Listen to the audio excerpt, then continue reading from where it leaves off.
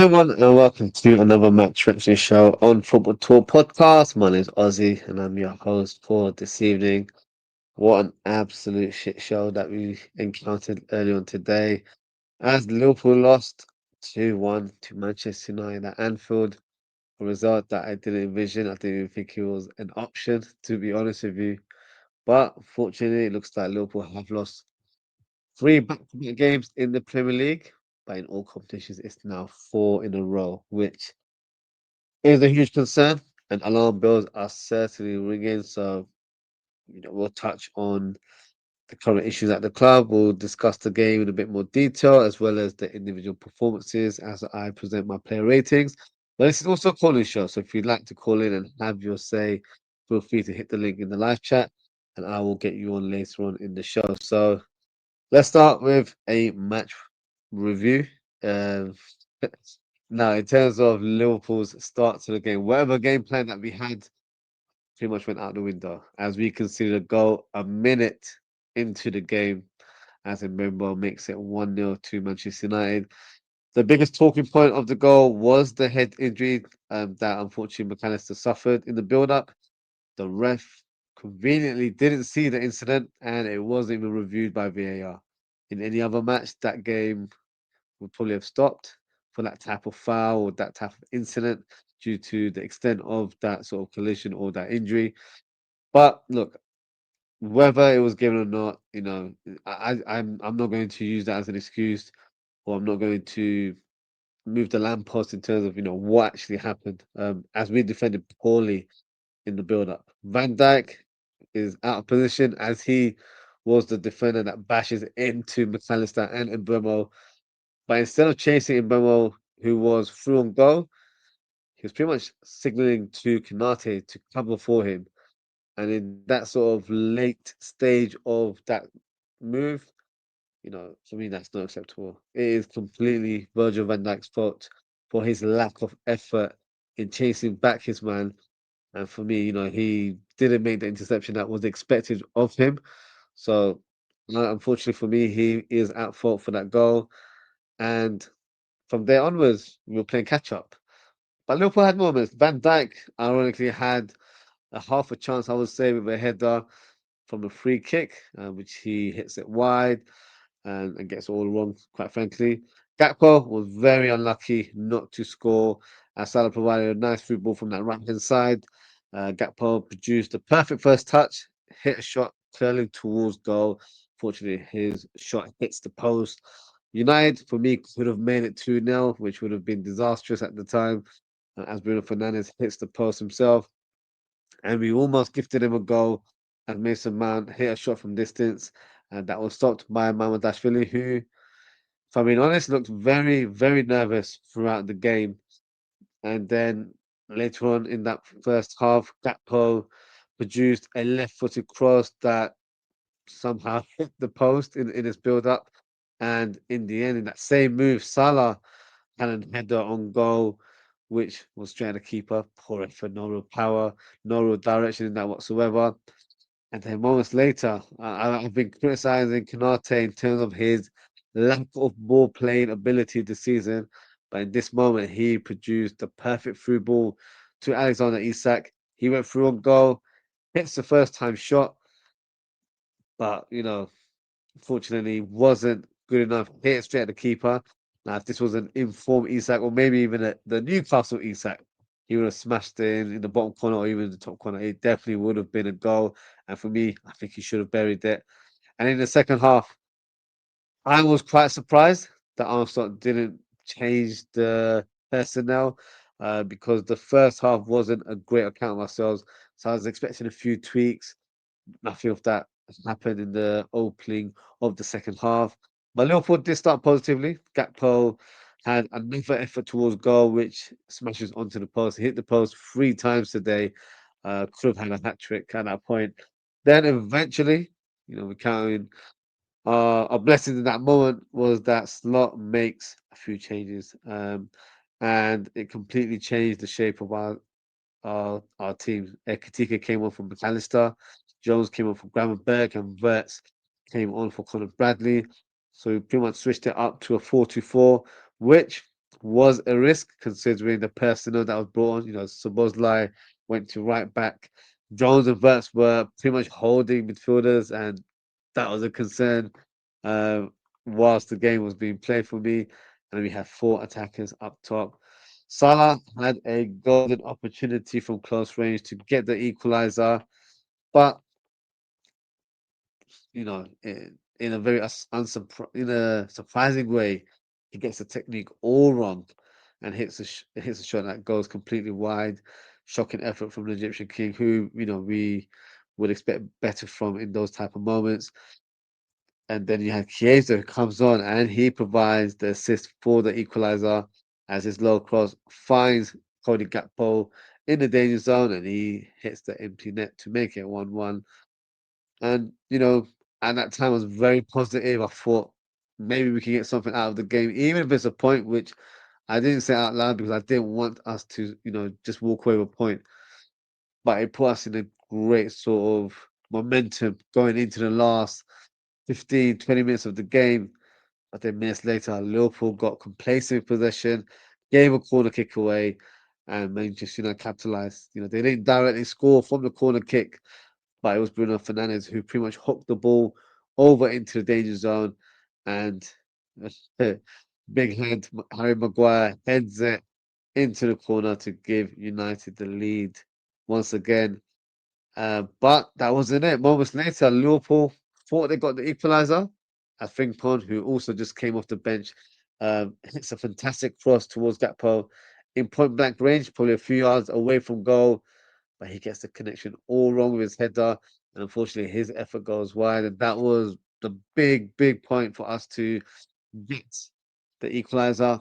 But unfortunately, it wasn't to be. But overall, like the title of my show, a diabolical performance from the Reds. Yes, the more positive Liverpool fan might say we created chances, and maybe in any other given day we would have got a result today. But let's not kid ourselves. We were awful from the first minute. The goalkeeper looked shaky. The defense were all over the place. Konate was covering for Van Dijk throughout the whole game. The fullbacks, for me, didn't provide any output. We were getting run through our midfield due to our slightly different shape than normal. You know, we switched up a little bit. We had the Palestine Szoboszlai playing a bit more further up, playing as attacking midfielders. But you know, the big question is when you've got that kind of setup for those two players, why didn't you play Florian Wirtz? That is the perfect setup for him to play. You know, we haven't played, you know, a 4-3-3 formation of that shape in recent weeks. That is the role where, alongside Szoboszlai, I think he would have done really well. And I was very surprised that McAllister got the nod ahead of Wirtz, only because Wirtz, you know, for me, has shown not great form, but he has shown little glimpses that he's slowly showing his true capabilities. Whereas McAllister has been going in a downward spiral. He's been awful this season. You know, whether it's due to injury issues or whatnot, I'm going to say by face value, his performances have been terrible so far. So why was McAllister given the license to play that attacking midfield role? In my eyes, right now, he doesn't have the drive, he doesn't have the energy or aggression to play as an advanced midfielder. So I was very surprised by that inclusion. And also because of McAllister and Szoboszlai playing further up the pitch, unfortunately, it led Isak to drop deep on occasions or play in a slightly deeper role, whether it's on the sides or in a more central position for him to receive the ball. That's not why we signed it. That's not why we spent 125 million for Isak. We're not playing to his skill set. So that needs to be addressed in the coming games. Salah showed a couple of moments in the game, but for me, that's not good enough. He was so rash in his execution. So he's clearly a player that is playing with low confidence because his technique is all over the place right now. And look, let's not be around the bush. This is on the manager to resolve. Now, I'm not slot out or anything along those lines because that's a bit far fetched in my eyes. But he needs to fix this and he needs to do it soon. You know, he inherited a great squad from Jurgen Klopp, And with a few minor tweaks, he helped us win the league last season. Like this summer, he's bought some real top class players, but we've digressed as a collective, as a team. So how does that make sense? Why do we not dominate games anymore? That's my concern. Why are we so afraid to play progressive football? Why do we take risk by switching to a 4-2-4 formation to get a draw or a win? Why do we rely on substitutes to change the outcome of our games, i.e., match winners coming off the bench? This is not acceptable. We should be the team that plays to our advantage, i.e., play with possession and play with authority on that pitch. We are the champions. In Slot's words, we should be killing teams with passes. So where has that philosophy gone all of a sudden? He's playing with a different approach in my eyes. Last season I would say Slot was renowned for having a more calm and collected sort of approach to playing the game, especially from the back line. But this season, sorry, everything's a bit more on the front foot, and unfortunately, it's costing us games. And the players aren't quite aligned to these new tactics that have been presented. And I'm not going to just point the finger at the manager, um, because I do think he's at fault. But at the same time, the players need to be held accountable for their performances as well, because they haven't shown their true capabilities. They haven't played with real energy or commitment like we've seen over the last 12 months. So whatever needs to be done, it needs to be done quick. What he needs to do now, in my opinion, is play the players that are in form and take it from there. Don't just play players because they're your favorites or they are the star players of your team or they're on higher salaries or you got to deal with egos. I couldn't care less. Even if you have to drop someone like a Salah or an Isak, it has to be done for the short term in order for us to grow and progress in the long term. Because right now, 4 wins in a row in all competitions is unheard of. It's not what we're used to as a Liverpool fans. And I'm not, trying to sound like a sport fan or anything, but we're a Liverpool Football Club. We are here to challenge for major honours. We're not a team that are fighting relegation. We're not of that magnitude at all. So this is unacceptable to our standards. So hopefully, Slot looks into his mirror or whatnot and, figures out what needs to be done going forward. Some players need to be dropped. Let's not beat around the bush. There are players that are playing there because maybe they don't have competition or maybe they're just there and, they have a bit of a complacency in their approach to the game. Whatever is the case, he needs to find a winning formula. If that means switch up the formation a little bit to suit the current crop of players we have, so be it. But these crop of players should be able to play the formation they have.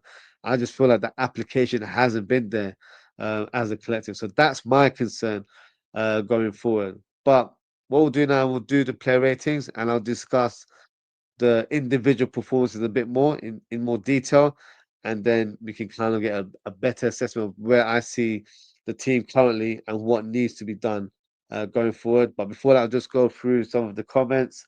Um, Ozan, big up Ozan. As always, says that thumbnail makes me sick, Ozzy. Come to think of it, I might have to change that. So yeah, I might switch it up after the show. Yeah, it's not the site that I want to see either. Um, yeah, it's not ideal, but yeah, I might have to look into removing it at some point. Uh, Ozan saying some people within our own fan base claim Slot has lost the dressing room. I don't think he's lost the dressing room personally, but uh, as a collective, we are not performing together. We're not playing to our abilities, and that's something that they have to work on together. It's not. I don't think it's one person to blame. I think everyone is at fault for this one. No one's performed at a great level, in my opinion. The only player that for me has showcased his talent is probably Ekatike, but he's a new signing, so it's a bonus that he's played the way he has so far this season. But the rest of the squad, and no one's played to their standards. So uh, I wouldn't quite go along the lines of him losing the dressing room. I just feel like we're performing at a level where We look a bit disjointed. I feel like we're a team of individuals right now. We're not playing with any cohesion, and we're not playing as a collective. So that's of concern going forward. Partnerships haven't been formed within our team, and that's something that needs to be done very, very soon. Big up Dara, he says nobody thought Konate and Gakpo would be our best players. It's definitely not Dara. They've been, probably our worst players so far this season, but fair play to him. They were really good today in terms of their standards. Of course, the result doesn't align to that, but they produced some good performances today. Playing Maka was a mistake for sure. I totally agree with you. I think it was a mistake. His pass to Gakpo was sublime. Unfortunately, Gakpo hit the post. Yep, that is true. Ekitike should have started. Looking at how he performed in the second half, potentially, but when you spend 125 million on a striker, you're expected to give him a bit of a run or give him the upper hand to start certain games. But that's something we'll have to look into our next fixture, which is in the Champions League against Frankfurt on Wednesday. So, let's see how the team is presented for that fixture. But before that, we'll do our player ratings. And then we'll go through each player, and then you guys feel free to let me know in the chat what your scores are, and then we'll take it from there. So, in terms of Mamadashvili, um,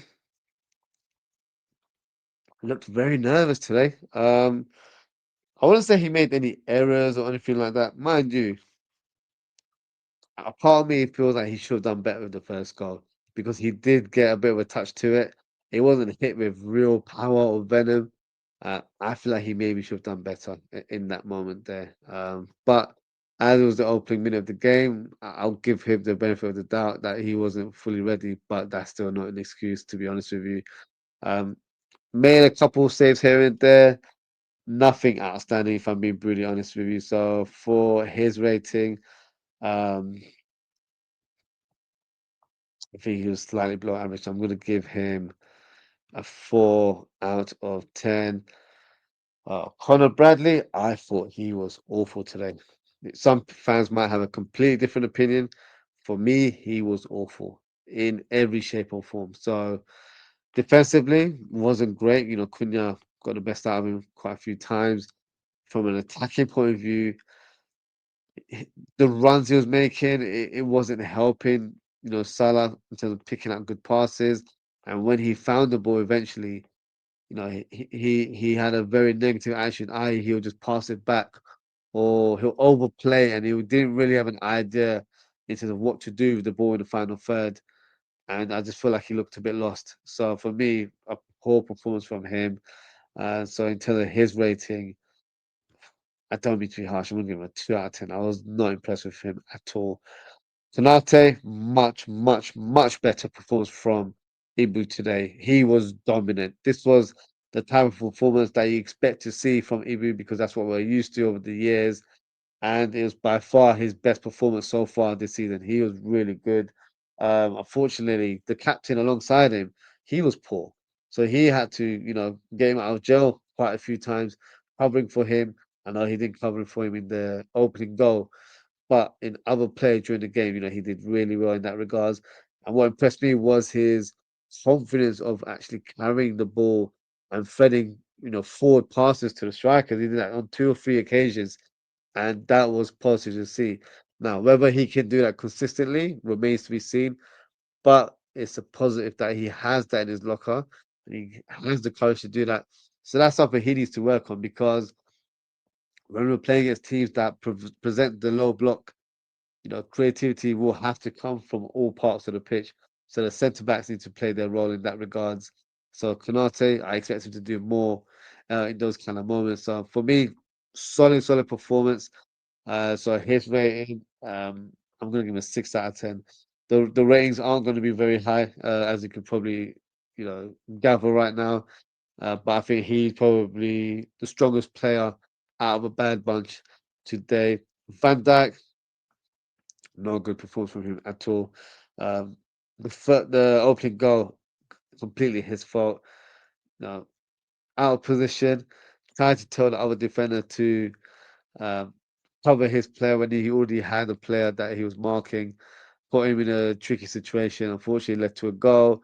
And there was moments in the game where he just didn't look like he was in control of the defense line.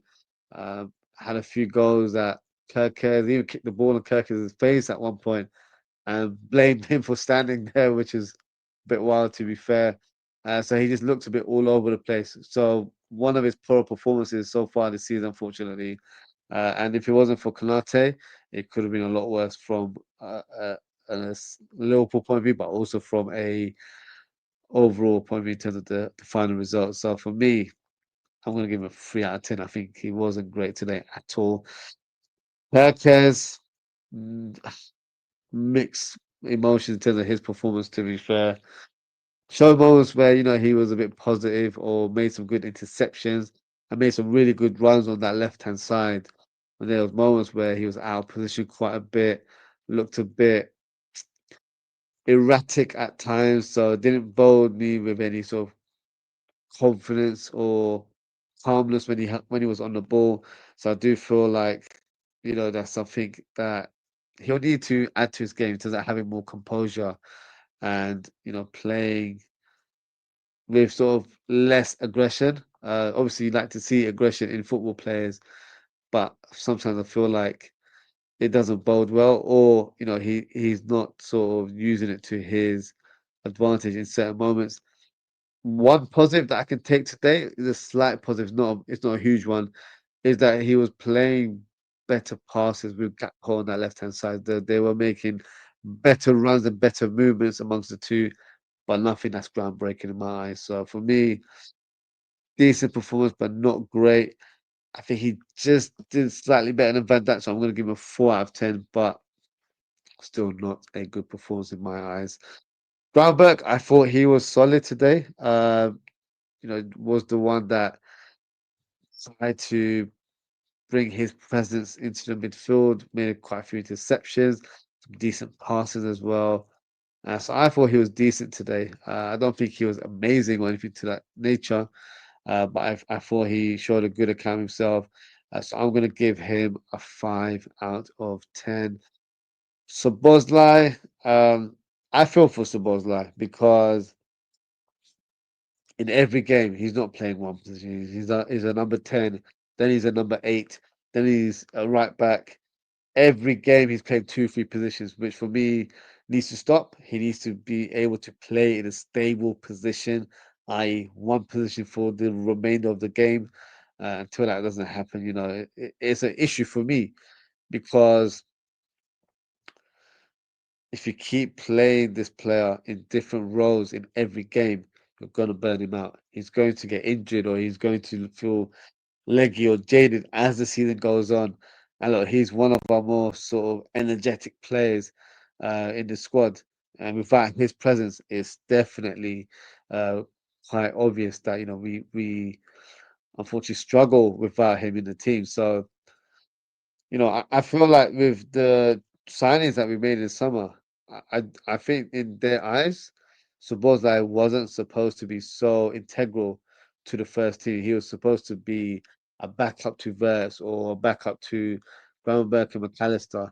But due to his resilience and the way he plays, you can't drop a player of his quality and his effort. So, he's definitely not helping Slot in terms of the team selection, but at the same time, Slot's not helping him by playing him in different makeshift positions. Um, a lot of fans like him in that right back role.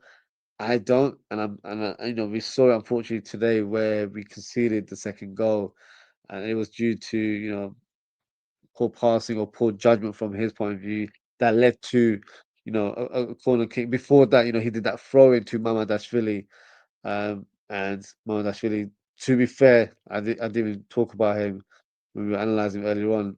He doesn't look the most comfortable on the ball. So for me, that's a concern if he is to become the long-term successor to Allison, because Allison is amazing on the ball. So that's probably another discussion for another day. But in terms of his performance today, I thought Szoboszlai was decent. So I'll give him a 5 out of 10 as well. McAllister, probably the less said the better. Uh, he was terrible. from the first minute. And some might say to me, "Oh, look, he suffered a head injury that might have affected his contribution to the game." Maybe so, but I didn't want him to start. In fact, unpopular opinion, I don't think he should start anytime soon. He should be dropped completely. He does not deserve to be in the starting lineup. And I might even go one step ahead. His question at the club might be, up in the air now. I'm only saying that because I'm looking at the team, and for the way that Stott wants to play, I don't think he fits the bill anymore. When you've got a player like Gravenberch, I'm expecting a player alongside him to be defensive minded, to be dominant in terms of being a physical presence, but also, being a deep playmaker. And look, he is a deep playmaker, but he doesn't hold those physical attributes that you need to play in a more defensive role. And that's a concern for me going forward. So I might be jumping the gun, I might be going based on emotions right now. But I've heard people say that, look, Real Madrid might want to sign him one day. Look, if it's next summer, let it be. Because I rate the player, I do. But maybe, we need to bring in a different profile and add to our squad where we have more stability in that midfield. We have a more defensive minded player, i.e., a number six to play either alongside Gravenberch in a double pivot or to be that single pivot and let Gravenberch be the box to box midfield that he wants to do. But of course, he would be a different player altogether now because he has better defensive attributes. But we'll have that discussion further down the road. But in terms of his performance today, I thought he was really poor. He was given the license to really express himself playing in an advanced midfield role. He didn't show it. He didn't showcase anything today. He was getting ran past like he wasn't even there, like he didn't existed. And that's my issue there. People getting past him like, it's like when you're playing football with little kids, you just nudge them out the way because you know they're not going to challenge you at all. That's what it looks like to me. It's like you playing with your little cousins or whatnot, garden football. That's what it comes across when I watch McAllister in the middle of our park. So for me, yeah, it's a big concern. And I wouldn't start him in the next few weeks. I think he needs a rest. I think he needs a bit of a reality check that, look, you're not just going to get into this team because you're a World Cup winner. You've got to pull up your socks and you've got to really perform if you want to be a starter. And, it might be tough love, but at the end of the day, we need a reaction because right now, his standards are below par and they're not acceptable for Liverpool Football Club. So for his performance in terms of his rating, I'm going to give him a 2 out of 10. Maybe I'm being generous there. I'll give him a 2. Salah,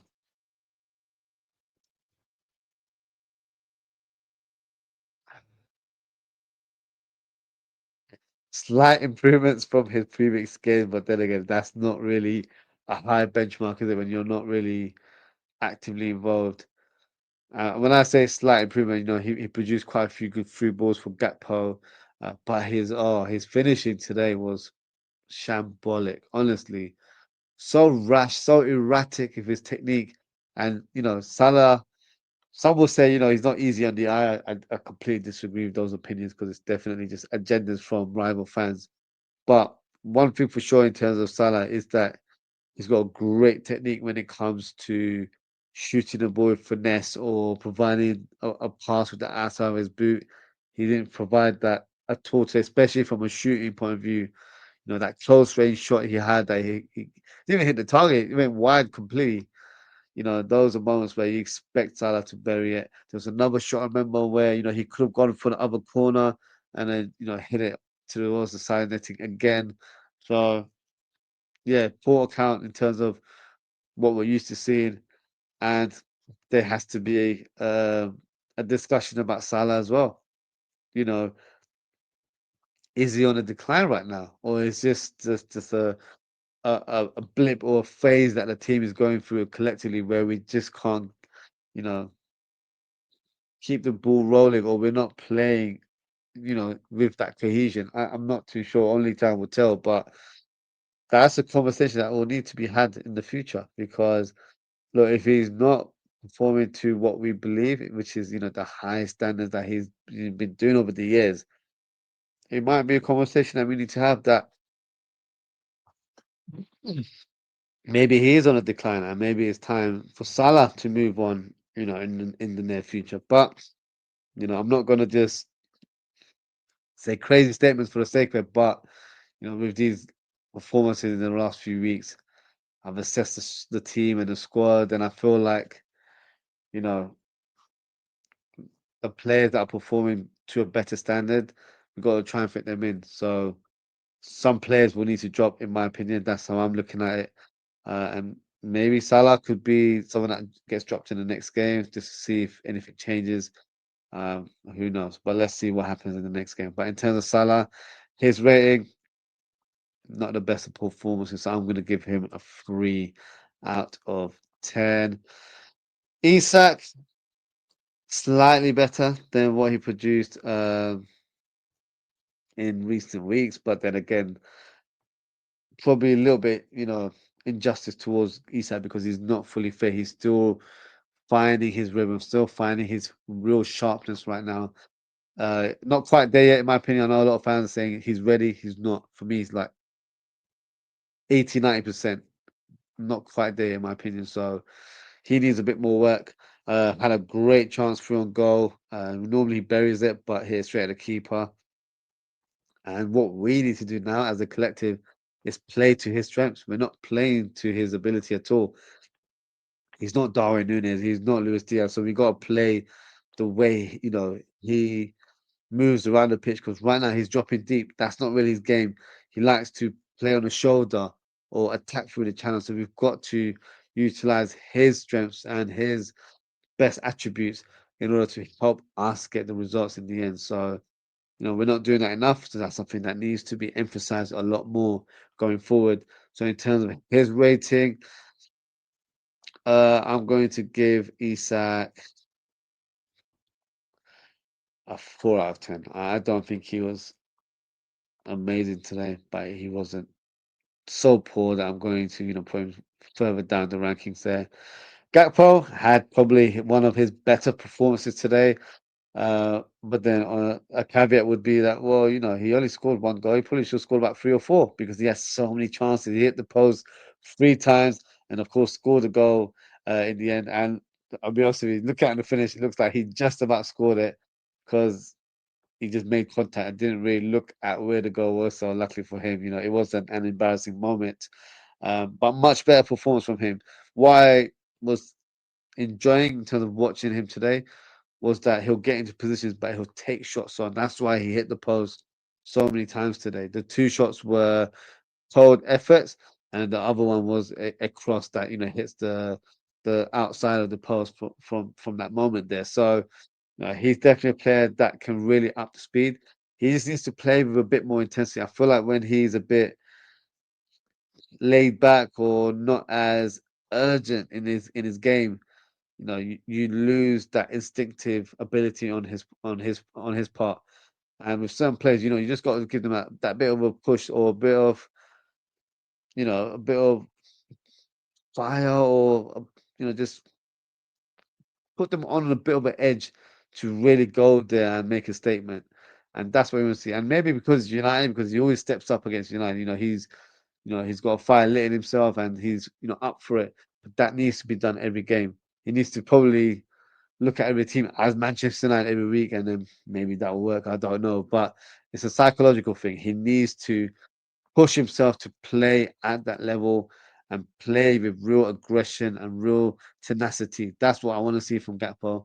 And once he's able to do that consistently, we're going to have a player that will produce the goods going forward because he has the technical ability. It's more of a mindset. He's not playing to his strengths. He's not playing at a level that I expect him to be playing at right now. So in terms of today's performance, much better from Gakpo and probably one of our stand-up players today. So for his rating, I'm going to give him a 7 out of 10. And that is my player rating. Probably no surprise who gets man of the match. I'm going to award it to, if I can find him on this thing, is Cody Gakpo. So he's my man of the match. So feel free to drop a comment, let me know what you guys think. Before I put on the subs, I'll just go through some of the comments here. Double D, big up Double D as always. He says, why did Mamadashvili not pick up Dom's throw? That's why we were putting the pressure to concede the second. Yeah, I think he just got a bit concerned because as towards that threw it, I don't think Mbemo would have got the ball, but I think he panicked in that moment and he thought, I just need to make that clearance so I don't hit the ball on Mbemo or, I fluff it or I think it was a more of a reactionary type of um, moment there where he just wanted to make that clearance. So I think that's why. But yeah, still picked up the ball. But I don't think it was in his mind for him to do that. I think he just wanted to get rid and clear the ball away from danger. So that was I think, his thinking at the time. Delulu Steve, big up Delulu Steve. He says there are absolutely zero positives to be taken when lose to Man United at home. Oz. I know you're not wrong there, Steve, but I have to look at some elements of positivity. Um, I don't feel like I've done too much today, but even the ratings, there's only so much I can do. I can't give everyone's ones as well, that they probably deserve it. But I try to be, respectful in terms of what they've contributed as individuals. Unfortunately, we are playing like a team of individuals, which doesn't help our cause. So yeah, not a lot of positives to take. Um, And a lot of discussions need to be made internally to try and resurrect our season. Because right now, I'm not saying we're all done or anything like that, but we're falling behind. We're losing momentum.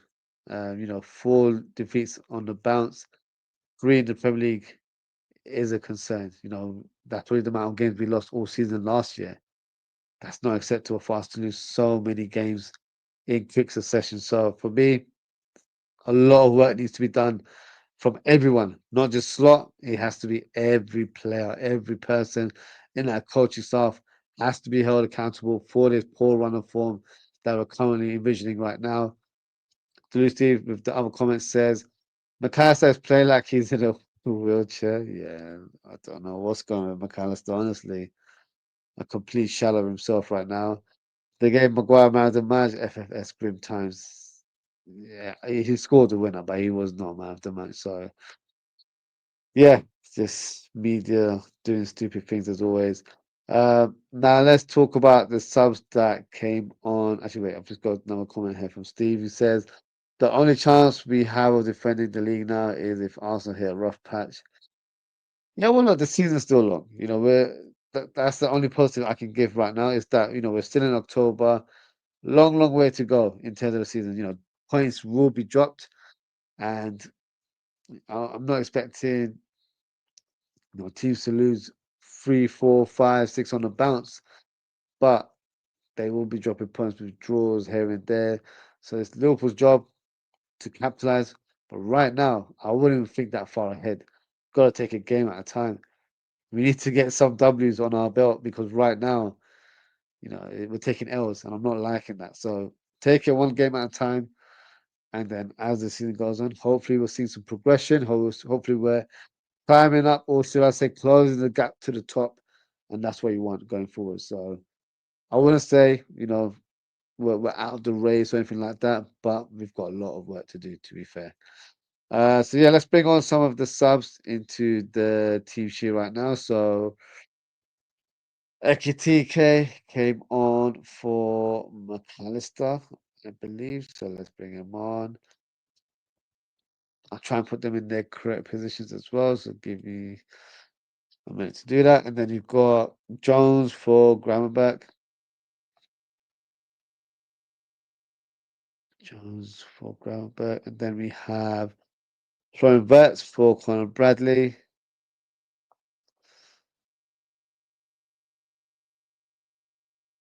And then we also have Chiesa for Isak. That was like for like there. And the final substitution very late on was Frimpong for Salah. So Here we go. Then we got 3 more. So that's all the substitutes there. Let me put them in their correct position. So we end up playing a 4-2-4, didn't we? So you had Jones here, you had Verts here, so Bosley here. A bit more like that. And then you've got Frimpong, you've got Chiesa, you've got Ekitike forming your front four there. So that ended up being the formation, which yeah, looks crazy on paper, doesn't it? Now in terms of performances, I actually feel like the substitutes showed a good account of themselves. They definitely gave us a bit sort of a better approach, a bit more directness going forward.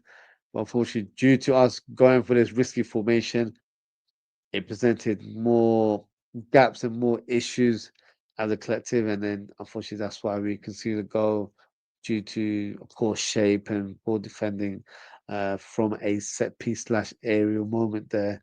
Now, in terms of Ekitike, yeah, he looked really good when he came on. Energetic, great first touch, great skills, great dribbling. Um, and looking at him today, he wouldn't be a bad option from the left, you know. Like the way he was playing, it's kind of like how Gakpo plays, but he was playing with real pace, real power. So maybe he can do a job there. It might not be his preferred role, but you know, it's something we could try to utilize and see if it can work because very briefly we saw, you know, Ekitike and Isak, you know, passing the ball to each other, and they seem to have like good movement or good understanding. So I want to see more of that. So look, might be a bit of an unpopular opinion, but why not try Ekitike on the left and play Isak through the middle, and then they can also interchange during games, so it adds that unpredictability as well. So I'm not expecting Ekitike to play as an orthodox left winger, more of an inside forward in that role, and I feel like it could work. So that's just one way of adding both of them in the same team. But then where did I put Gakpo? For me, Gakpo probably can't be dropped for the next game due to his good performance today. But after that, maybe it's worth looking into. So who knows? That's probably one to ponder, I think, because I feel like it could work. Whether it's a sort of a final solution, I'm not too sure. But right now, we need to find any solution. It's not us just finding something for the long term. We need short-term fixes. And so whoever it is, we've got to do what needs to be done for the team and do at any cost right now. So that's how I would look at it going forward. But Nketiah was impressive. Really, really happy with his contribution. So I'm going to give his rating a, if I can get him to, bloody hell, come click onto his name. There we go. 6 out of 10. Uh, who's the next player that came on? Jones, a player that definitely divides the fan base and always will, I think, in my opinion. I thought he was actually very good when he came on, and he has done with these cameos off the bench this so far this season. What pleased me about Jones' performance was his progressive play in terms of passing the ball forward. Simple instructions. I know it sounds stupid to say out loud, but McAllister wasn't doing that. Jones was in a position where, you know, he's in a double pivot. If he's misplacing a pass, it's down to him and he's gonna have to track back and stuff. But even though he did do one or two misplaced passes, but general speaking, he was the one that was thinking forward, driving the ball, trying to make things happen. So for me, very, very positive and very energetic performance from him. And I think he's got a strong chance of starting in the next few games because he is doing much better than what McAllister is showing on the pitch, in my opinion. So, you know, take that as what you will. Now, in terms of his rating, for me, he gets a 6 as well out of 10. I was impressed with his cameo today. Uh, Chiesa, instant impact, and I don't know what is with Slot and Chiesa because whenever Chiesa comes on or whenever he plays, he has been impactful this season. So for me, you got to make space for him in that team. And look, if that means we have to drop Salah in the next game and play Chiesa on the right hand side, so be it. You know, Salah is not sort of invincible where he can't be dropped. if he's not been in great form, you have a valid reason to take him out of the limelight. That's the manager's job to do. It's his way of communicating to players. That is why we're paying the big bucks. He needs to speak to Salah and say, look, you know what? I'm going to take you out the firing line. I want you to recuperate. I want you to rest, get back to your normal form, and then hit the ground running again. That's his job to speak to the players like that. He doesn't need to tell him, "Oh, you're dropped," and then add a sort of a negative tone to it. That's what you call man management. So that's for Arne Slot to figure out. But from a footballing point of view, I think Chiesa deserves a start in the team. Ideally, I think he's better on the left, maybe essentially, but right hand side, he has shown some good performances there. Against Southampton, provided a great assist for Isak on that side of the pitch. So more than capable of doing that. So I do believe that he can produce good level performances, whether it's from the start or from the bench. He can do both. I think he deserves to start more games going forward. So in terms of his performance, I'm going to give him a bit of a higher score. I'm going to give him a 6.5 because he provided the assist for Gakpo's equalizer today. Who else do we have? Florian Wirtz. Let me know what you think in the chat. You might think I have a biased opinion because I really rate Florian Wirtz. I thought he was good when he came on. He was more impactful, i.e., when he grabbed onto the ball, he was trying to make things happen. The equalizer came from him being inside the area, inside the box, and trying to, make something happen there. So it wasn't a stellar performance or anything to that nature, but it was better than what was presented early on in the pitch. So for me, a better performance. I'm very surprised that he didn't start the game. Probably should have expressed my real opinion when the team came up, but I thought I'll give Slot benefit of that, and let's see how the team performs. But I think it was a bad call from Slot to not start Verts today, so he gets a 6 out of 10 as well for me. And Frimpong, came on, had a decent come. He didn't play for too long, about 10 or so minutes. Produced that great cross for Gakpo, where, let's be honest, Gakpo should have buried it with that header. So I thought Frimpong had a positive performance. The question mark is he going to be utilized more as a right winger, or do we still play him at right back? For me, it's the latter. Play him at right back. I think that's where you're going to get the best out of him. And of course, could be a viable option for the right wing in certain games as well. But I want him to play at right back because I don't think Conor Bradley is doing it for me. He's not cutting out to be the undisputed choice for that role because he's not. He's been below par this season, and I feel like you get better input and output, I should say, from Frimpong. So today's rating, give him a 5 out of 10. But I would like him to start in the upcoming games in the next few weeks going forward. So for me, uh, that's how I'm seeing it. I'm just going to go through some of the comments. I've done all the players, haven't I? Yes. So let me go through some of the comments before we close the show. Let's have a look. Double D says Ekitike was greedy though. I see what you're saying, but I think he was just trying to be a bit more direct because we need to get the goal at the time. So he was just trying to, not to try and do it all on his own, but I feel like he was just trying to be as impactful as possible. And look, maybe because I used to be a striker, not saying I was great or anything, but I had a decent shot on me. But when you're an attacking player and you have this sort of drive and you're a bit more tunnel vision, you do go through phases where you're running and you're not seeing anything else, but you're seeing the goal, and then you feel like I've got the capability of scoring. So you're gonna go for shots. And I don't think they were crazy positions in terms of where he took those shots because Gakpo does the same thing. But I just feel like I saw more sort of aggression, more pace in his play. So that's something that I thought maybe we can see that a bit more. Um, but if you're playing alongside Isak, that's something they can build towards together, but have more passing interchanging between the two. But I see what you mean. I just feel like he was more direct, and which was needed at the time in the game. Uh, but trying to prove a point before the team. Uh, Denise Steve says Exeter tried too hard to play hero ball. Yeah, he did, but that might be his age and slight inexperience because he's trying to make a name for himself. He's trying to show the coaches and show the Liverpool fans that he should be the main guy right now. And I feel for him because he's not done a foot wrong. Well, I take that back. The red card, but the red card came from that sort of belief that you know here's my shirt. You see my name. I'm the guy that should be in the starting lineup, not Isak, just because he cost 125 million. I think that was his message to the world. So other than that mishap there, I think he's been really, really good. So look, it might come across as someone being greedy on that left-hand side. I didn't see it that way.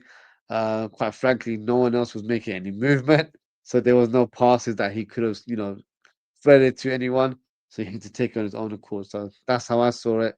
But I feel like, maybe if that is a position he starts playing a little bit more, then he can form a better understanding and better relationships with other players on the pitch. He skied several clear-cut chances. Yeah, there was one that went high and wide. So yeah, he didn't really hit the target there. He should have hit the target.